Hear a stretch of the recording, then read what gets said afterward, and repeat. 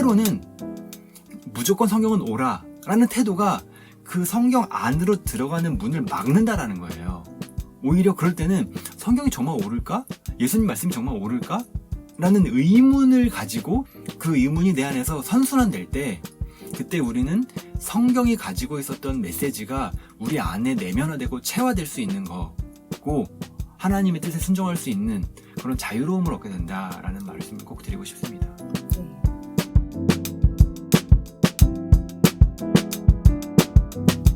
안녕하세요. 어린 양을 따르는 어린 양 미양교회 개굴입니다. 안녕하세요. 어린 양을 따르는 어린 양 토끼입니다. 오늘은 예레미야 6번째 시간이고요. 3장 14절부터 4장 4절까지 우리가 지금 주님께 돌아옵니다 라는 제목으로 함께 이야기해 보도록 하겠습니다.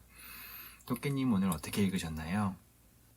오늘 내용을 정리해보면 사랑과 거래가 있는데, 우리는 거래의 단기적 유익 때문에 사랑을 선택하지 않고 거래를 선택하게 된다는 내용이 있어요. 네.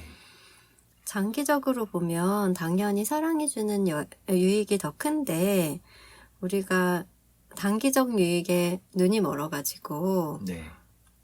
사랑을 선택하지 못하고 거래를 선택하게 되는 거잖아요. 네. 그래서 이런 상태에서 벗어나기 위해서는 거래가 주는 단기적 유익보다 사랑이 주는 장기적 유익이 크다는 걸 알아야 된다고 설교에서 나와요. 네.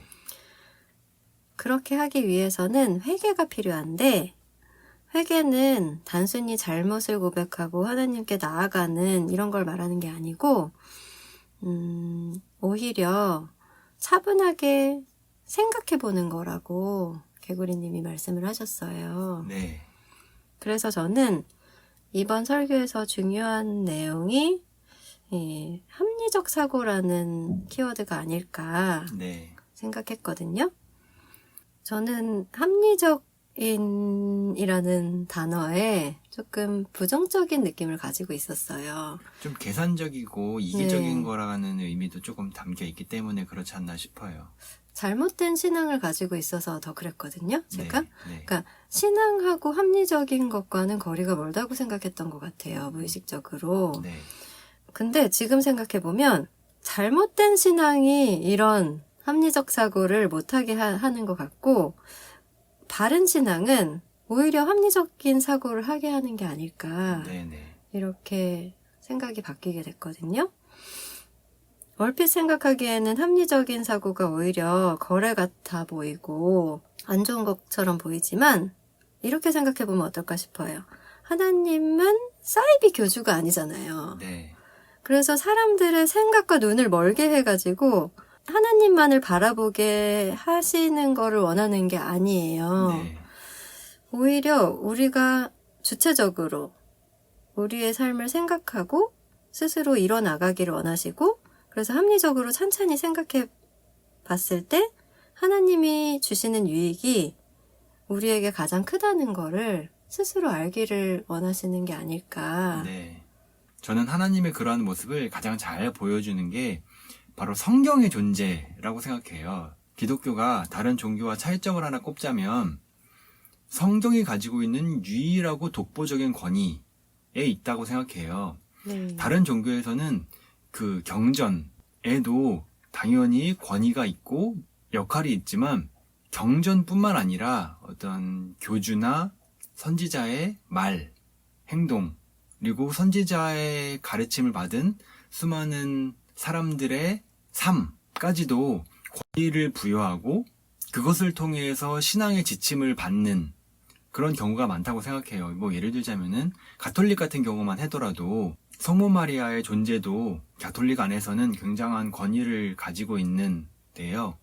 반면에 기독교에서는 종교개혁 이후로 그런 모든 다른 권위를 전부 다 부정하고 결국에는 성경의 권위 하나만을 남겨두게 됐는데, 성경의 권위를 갖는다는 게 어떤 의미가 또 파생되냐면은, 성경은 글이란 말이에요. 글은 읽고 이해해야 돼요.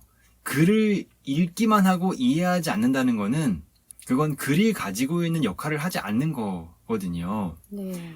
근데 이게 또 무슨 말이냐면은, 결국에는 기독교의 가장 중심에는 성경이 있고 성경은 글이고 글은 기본적으로 이성적이고 논리적인 사고력을 바탕을 두고 있어요. 네. 그렇기 때문에 이걸 다르게 말하면 기독교의 중심에는 논리력과 사고력과 이해력이 중심에 있다는 것과 다르지 않다는 거예요. 네. 근데 이게 다른 종교와 중요한 차이점이라고 생각해요. 그러니까 물론 이렇다고 해서 기독교가 논리만 있고 이해만 있고 합리만 있냐? 그런 건 아니죠. 그런데 기독교에서 합리를 빼버리면, 논리를 빼버리면, 이해를 빼버리면 결국 성경의 권위를 훼손시키는 거고, 성경의 권위가 훼손되면 기독교 전체가 무너져요. 네. 그렇기 때문에 기독교에는 이 논리력과 사고력과 합리성이 굉장히 중요한 지지대의 역할을 하고 있다는 게 다른 종교와 다른 점인 것 같아요. 예를 들자면은 뭐 이단, 사이비 이단 같은 경우는 물론 다 모든 종교마다 경전이 있어요. 네. 하지만 경전의 논리를 벗어나는 그런 교주의 주관적인 해석과 이해를 같이 버무려야 된단 말이죠. 네. 그것이 그 종교를 구성하는 거고, 만약에 그 종교에서 그 교주의 느낌과 교주의 해석을 제외하면 그 종교는 무너져요. 네. 합리성의 역할이 그만큼 축소되어 있거든요. 네. 근데 기독교에서는 그것과 달리 합리성이라는 게 굉장히 중요한 역할을 차지한다는 거. 근데 물론 현실의 우리 교회를 보면은 그렇지 않은 경우가 너무 많죠. 그냥 목사의 주관적 해석을 가지고 목사가 가지고 있었던 어떤 영적인 느낌을 가지고 그것이 정말로 진리인 것처럼 생각하는 경우가 많은데, 그건 기독교라고 보기 어렵고, 정말 기독교가 가지고 있는 본질에서는, 그리고 그 안에 성경의 권위를 인정하는 사람에게 있어서는 이 합리성이라는 것, 논리라는 것, 이성이라는 것이 절대 조금도 훼손되지 말아야 할 어떤 것이라는 것, 이것이 저는 굉장히 우리가 신앙을 생각하는데 중요한 한 축이라고 생각합니다. 그렇다고 감정을 배제하냐 이런 건 아니고요. 감정도 중요하고 삶도 중요하고 모든 게 다 중요하지만, 영적인 어떤 느낌도 중요하지만, 그 모든 것들이 결국 성경에 의해서 해석돼야 되거든요. 네. 성경에 의해서 해석되지 않는 영적인 경험은 그거는 그냥 귀신의 노릇일 뿐이거든요. 네. 그런 점에서 봤을 때 다시 그런 감정과 경험도 논리와 합리에 의해서 재해석될 때 가치와 의미를 갖는 거라는 게 기독교가 가지고 있는 중요한 특징인 것 같습니다. 그렇네요. 이전에는 성경이 약간 어떤 다른 종교의 경전처럼 뭔가 그거를 성경을 보고 그 말씀을 따르고 지키고 이렇게 하기 위한 책이라고 생각한 적도 있었던 것 같은데, 약간 주술적으로 생각하는 네. 경향이 있죠. 네. 그렇다기보다는 내가 주체적으로 삶을 살면서 성경도 스스로 읽으면서 성경의 말씀을 그냥 단순히 지키는 것이 아니고, 오히려 내가 주체적으로 성경을 읽으면서 이해하면서 해석하면서 내 삶에 비춰보면서, 때로는 어떤 성경의 인물의 삶을 보면서 내가 처한 어떤 상황에서 어떻게 하는 것이 더 합리적이고 나다운 선택인지 살펴보면서 그런 느낌으로 성경을 읽는 게 오히려 더 맞지 않을까. 그렇게도 표현해 볼 수 있지 않을까 싶어요. 그러니까 성경을 많은 경우에 단순히 지침서라고 생각하고 성경이 하라는 대로 하면은 그것이 성경을 바르게 이해하는 거다라고 생각하는데, 성경에서 하라는 대로 하는 것 당연히 중요한 건데, 그것보다 더 중요한 거는 무슨 말을 하는지를 먼저 이해하는 거거든요. 네. 이해하지 못하고 하라는 대로 하는 것은 바리새인의 행태고, 네. 이해한 다음에 해야 될 거는 하고 하지 않아야 될 거는 하지 않고 라고 능동적으로 주체적으로 생각하는 게 예수님의 태도이잖아요. 네. 예수님은 안식일에 율법을 어기신단 말이에요.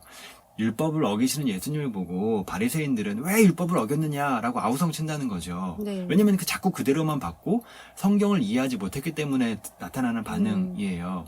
근데 예수님은 왜 율법을 어기셨냐? 진짜로 율법을 잘 지키시기 위해서, 진짜로 성경이 말하는 대로 살기 위해서 율법을 어기신다는 거죠. 네. 안식일에 병자를 치유하신다는 거죠. 그러니까 이게 극명한 차이인 것 같아요. 네. 성경을 단순히 주술적으로 그냥 작구대로 그냥 글자 하나로만 그냥 그렇게만 이해하고 단편적으로 이해하고 파편적으로 이해하는 사람과, 성경을 정말 합리적으로, 논리적으로, 이성적으로 깊이 고민하며 이해한 사람, 네. 이런 차이가 있는 것 같아요. 물론 그렇다고 우리가 모두 다 예수님처럼 이해할 수 있냐? 뭐 그런 건 아니죠. 하지만 성경을 대하는 태도가 바리새인처럼 그냥 단편적으로 파편적으로 이해하냐? 아니면 예수님처럼 정말 종합적으로 깊이 내면적으로 합리적으로 논리적으로 이해하느냐? 이 차이는 성경을 어떤 관점을 가지고 바라보느냐라는 태도는 결국 하나님을 따르냐? 하나님을 죽이냐에 아주 극명한 차이를 드러내는 하나의 중요한 기준이라고 생각합니다. 네, 얘기를 들으면서 이런 생각이 드네요. 성경을 죽은 것으로 생각하면, 죽어있는 살아있지 않은 것으로 생각하면 그렇게 그냥 지키기만 하는 그런 것이 될 수 있을 것 같아요. 그런데 이것도 관계로 생각해서 성경이 하나님이라고 생각한다면 하나님과 소통을 하는 거죠. 그래서 서로 주고받고 하면서 나의 생각도 말하고 하나님의 영향도 받고 하면서 하는 거가 성경 자체에 담겨 있는 것이 아닌가 네. 이런 생각이 드네요. 그런 관점에서 보면은 바리새인은 그냥 일방적으로 네. 성경이 하라는 거를 그냥 즉시 그냥 하는 네. 일방향의 태도, 네. 권위주의적인 태도, 성경은 뭐든지 다 옳고 나는 그냥 무조건 성경대로 따라야 하기만 하는 그런 수직적인 관계로 맺었기 때문에 성경에 대해서 예를 들자면은 뭐 안식일을 지켜라 라고 하면 안식일을 지키는 것이 무슨 의미인지 고민하지 않고 그냥 안식일을 지키면 돼. 땡. 안식일을 범하는 사람은 나쁜 사람이다. 안식일을 범한 건 나쁜 거야. 안식일을 범하는 것이 무슨 의미인지는 전혀 고민하지 않은 채 네. 하라는 대로 하는 거지.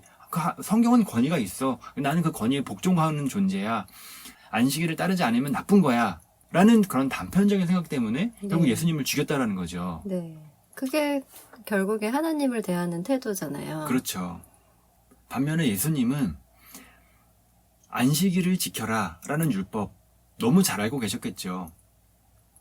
하지만 그거를 있는 그대로 권위에 굴복하듯이 순종하지 않으시고 그것이 무슨 뜻을 가지고 있는지, 안식이라는 것이 도대체 무엇인지, 율법이라는 것이 무엇인지, 하나님은 누구신지에 대해서 고민하고 또 그것을 하나님께 고백하고 그러면서 하나님과 관계가 맺어지고 그러면서 그 율법을 그냥 하라는 대로 하는 것이 아니라 현 상황에 맞게 유연하고 능동적으로 순종하는, 그래서 율법을 단순히 나의 위에서 나를 찍어 누르는 대상이 아니라 나와 함께 이 현실을 잘 이해하고 살아가는 공존하는 존재로 율법을 바라봤고 하나님도 동일하게 바라봤고, 그렇기 때문에 그 율법에 대해서 유연하면서도 율법의 뜻을 온전히 지키는, 그럼 어떻게 보면 좀 모순되는 부분이 있지만 그 모순을 잘 함께 가져가는 그런 예수님의 태도가 이 성경을 바라보시는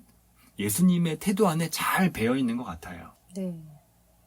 그러니까 성경을 대하는 태도 자체가 하나님을 대하는 태도가 담겨 있네요. 그렇죠. 바리새인들은 성경을 그렇게 대했기 때문에 하나님도 똑같이 네. 일방적인 하나님이 시키면 하는 것 이상으로는 생각을 못했던 거죠. 네. 그런데 성경을 우리가 소통할 수 있는 나를 비춰보기도 하고 하나님의 말씀이 뭘까 생각해보기도 하고 고민도 하고 이 말씀이 정말 맞는지 이런 수많은 고민과 스스로 네. 본다면 하나님과의 관계도 그렇게 일방적인 관계가 아니라 서로 상호작용하는 관계가 되지 않을까 싶어요. 맞아요. 그렇다고 해서 뭐 성경을 마음대로 자의적으로 다 해석하고 뭐 율법은 하나도 안 지켜도 되고 그런 의미가 아니고, 성경은 항상 옳죠. 성경이 옳다라는 걸 부정하는 것이 아니라 성경은 언제나 옳지만 그 옳음을 알아가는 과정이라는 게 그냥 무조건 하라는 대로 한다고 그 옳음을 알아갈 수가 없다라는 거죠. 그 옳음을 알아가기 위해서는 성경이 정말 옳아? 라는 반문이 있을 때 성경이 가지고 있는 그 진리의 속으로 한 단계 더 침투해 나갈 수 있다라는 거예요. 네. 근데 그 침투해 나가기 위해서는 때로는 무조건 성경은 옳아 라는 태도가 그 성경 안으로 들어가는 문을 막는다라는 거예요. 오히려 그럴 때는 성경이 정말 옳을까? 예수님 말씀이 정말 옳을까? 라는 의문을 가지고 그 의문이 내 안에서 선순환될 때 그때 우리는 성경이 가지고 있었던 메시지가 우리 안에 내면화되고 체화될 수 있는 거고 그렇게 체화될 때만 우리는 성경이 가지고 있는 진짜 말하고자 하는 바 진짜 무엇을 성경이 말하고자 하는지 단순히 안식일을 지켜라 단순히 금식을 해라 이것이 아니라 금식과 안식을 통해서 우리에게 진짜 무엇을 원하시는지 그것이 왜 하나님은 우리에게 그것을 하라고 하셨는지 그 뜻을 알아야 때로는 안식을 지키고 때로는 안식일을 범함으로 하나님의 뜻에 순종할 수 있는 그런 자유로움을 얻게 된다라는 말씀을 꼭 드리고 싶습니다. 네. 제가 거래와 사랑의 차이를 거래는 단기적인 유익을 주는 대신 장기적인 손해를 끼치고 사랑은 단기적으로는 손해를 주는 것 같지만 결국 장기적으로 유익을 준다 이렇게 말했는데요. 단기적인 유익과 장기적인 유익 요 두 가지를 대비했을 때 요 두 가지를 가장 극명하게 보여주는 하나의 예시를 든다면은 네. 마약 같아요. 마약.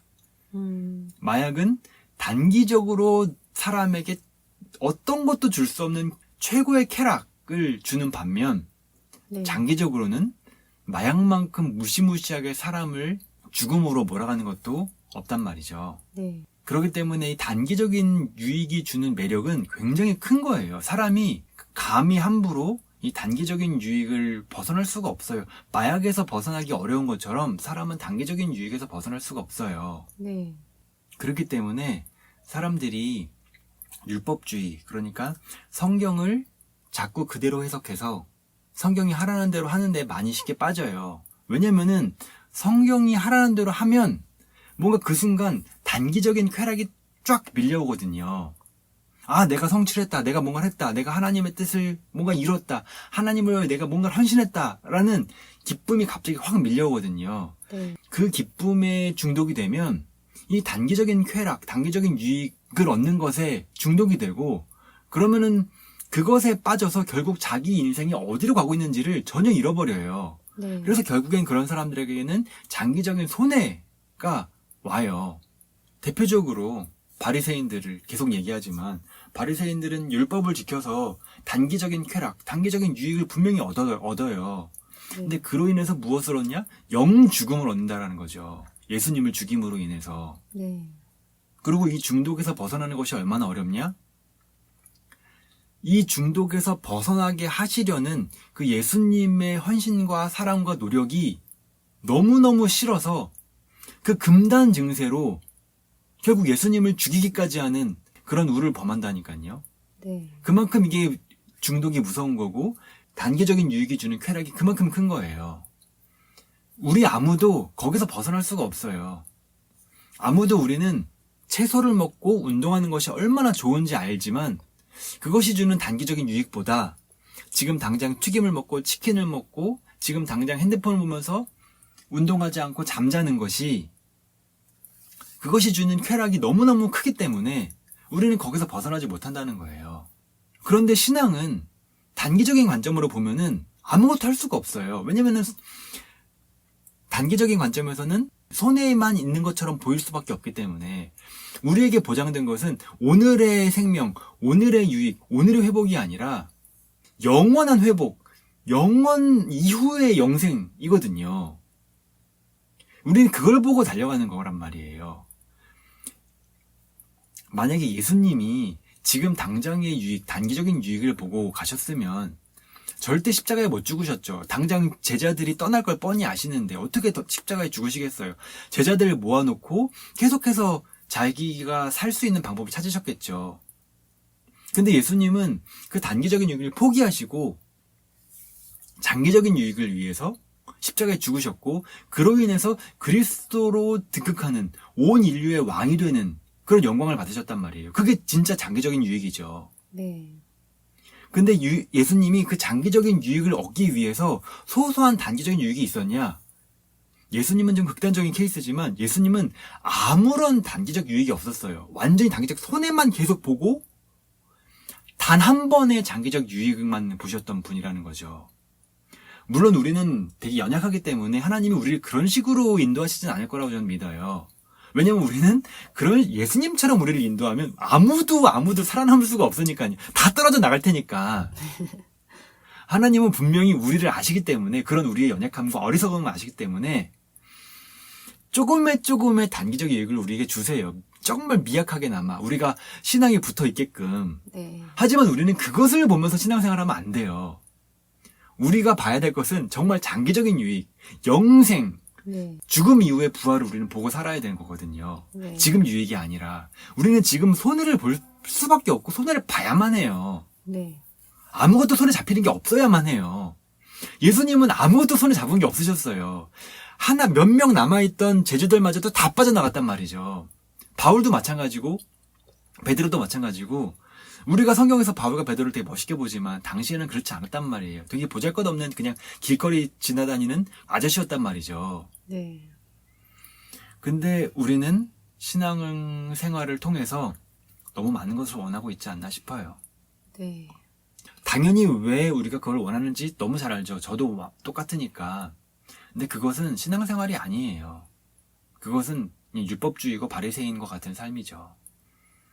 정말 신앙생활은 단기적인 손해를 통해서 장기적인 유익을 얻는 그런 태도만이 우리가 예수님의 길을 따라갈 수 있는 거고, 우리가 예수님의 길을 따라가다 보면은 반드시 죽음을 마주하게 되거든요. 그것이 영적인 죽음이 될 수 있을 거고, 사회적인 죽음이 될 수 있을 거고, 육체적인 죽음이 될 수 있을 거고, 정서적인 죽음이 될 수 있을 거고, 어떤 죽음인지는 명확하게 정의하기 어려워요.